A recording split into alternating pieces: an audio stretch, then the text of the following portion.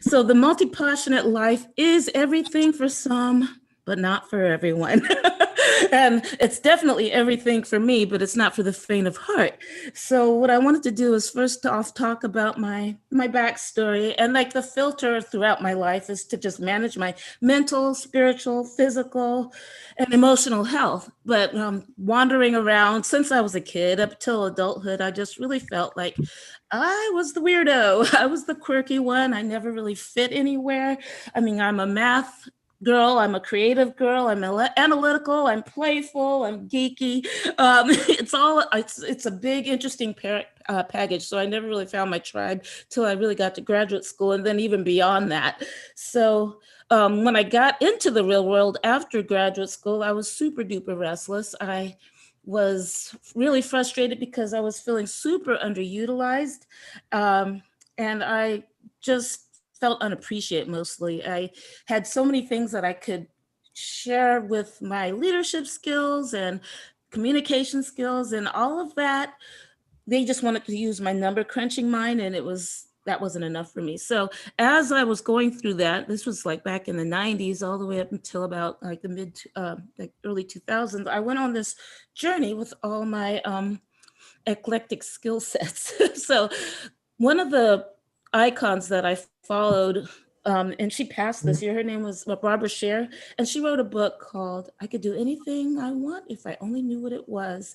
And she talked about this concept that really changed my life because I thought that there was something wrong with me. Maybe perhaps there is by some others people's standards, but now I completely fully accepted who I am in this category. But let's talk about the more popular category first.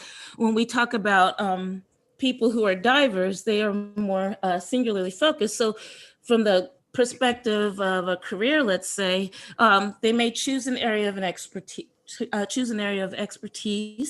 and then they get trained in that specific area of expertise. For example, my husband has been an English professor since 1995, and they tend to pretty much stay in that area and only that area, even though they might get promoted and be in a different capacity, even if he's a department chair of his department now. But yeah, they're very, very focused, and they might have some things within that area, but still, they're just right in that. There's not a whole lot of eclectic things going on there. Contrast that with the scanner. That would be me. So you might choose an area or areas of expertise, and then you might get trained in that area or areas. I changed my major so many times that I was on the 5-year plan in university, and I finally landed on economics because the department chair at the time just really took an interest in mentoring me. I'm like, all right, well, I need to get out of here. So, and I went to graduate school, and the rest is history. So that's how I'm an economics professor at a university. But around 2012, I shifted, well, actually 2004, when I went through coach training. I was doing productivity coach training from 2005, 2009, shut it down during the recession, then came back, started teaching music. So it's been an interesting journey. So you can either rotate through these areas simultaneously. That's kind of what I'm doing nowadays, because sometimes I'd be singularly focused with one thing and then have maybe one idea going at a time. But right now I'm kind of juggling all the balls. So I'm doing the meandering among them, because there can be a day where I'm teaching economics, spreadsheet, business writing, a piano lesson, not like Lincoln's level, the playful kind. we have jam sessions, or a voice lesson, where that kind of thing, that could all happen all in the same day and have a coaching call. So that's more of a scanner. And a lot of these people, scanners, usually just want to use their hobbies as just hobbies, and that's perfectly fine. But then there are others who might want to actually use their hobbies for cash flow. So before I get into that career journey of what I would take them through, and the next program starts in late January, this is kind of Carol's brain here. This is me. Economics over here, giving workshops in art, teaching dance, fitness. And then, I have over here is where my young piano student sits of, and then in the back there's me, jamming right with them. We're just having our jam sessions, and it's more for not competitions or anything, but just for stress relief, so they can go back and do their homework feeling refreshed. So that's me. So let's talk about the journey that I actually.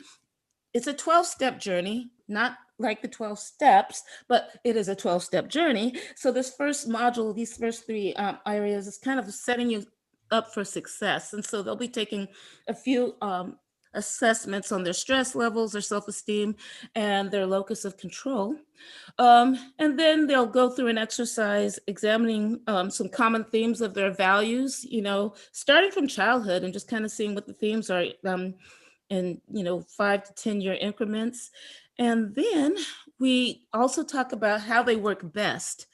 Are you a night owl? Are you a morning person? Do you get things done better during the day, in the middle of the day? And you need to be conscious of that. And so all of these things are just more self-understanding exercises to see where you fall internally and externally. And then we move on to this vision and mindset journey. And we start talking about the trade-offs. I mean, okay, what do you value? So in you looking at your values list, if you value freedom, how does that tie to, do you value cash flow like in the hundreds of thousands of millions? Or do you just want to have a life that's you can pay your bills and have some leisure time? How much of a balance do you want it to be, 1099 or W-2 income, things like that. So you think about the opportunity cost and economic concept gets introduced in this program too. And then we co-create the vision and see what their future self looks like, not just in their career, but in their life. And let's see, I'm still okay on time. And then we look at the baskets. So what do your finances look like? And these different categories of revenue streams that you might have, and we can do some forecasting there. So my math brain comes in handy there. So people who are creative and love spreadsheets, I don't know a ton of people like that, but I'm one of those folks. So that area is tied to vision and mindset. And then on week 7, we get into the research of all these ideas that we have brainstormed together. And this is kind of in that peaceful project planning phase. We're not in the implementation yet. So they might do the usual Google thing, but we might also do some primary research by doing interviews and finding out what the culture, collaboration, style is, how they communicate, and even if they use social media. And then we move on to a deeper dive into mindset, because you have to actually believe in yourself. So you're marketing and branding to yourself as we go through this, as we have these new levels of self-awareness. And so if you're volunteering, you might get your feet wet that way to see if that's kind of your jam. And then that'll start giving you more confidence, for example.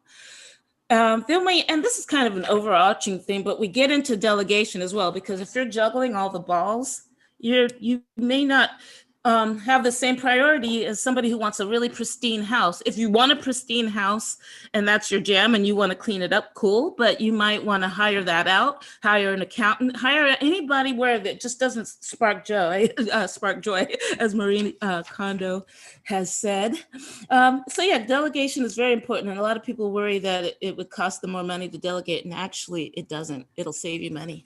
And then we get into that momentum magic maker portion where we actually create the passion portfolio together. And let me see how much I am on time. We might be running out, so let me wrap this up quickly. Networking, don't have to explain that to you guys at all.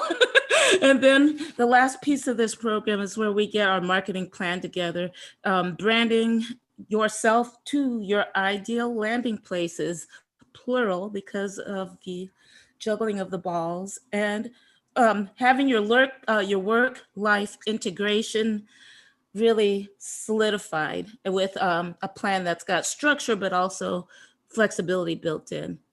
And that, my friends, in 9 minutes is my presentation. Any questions?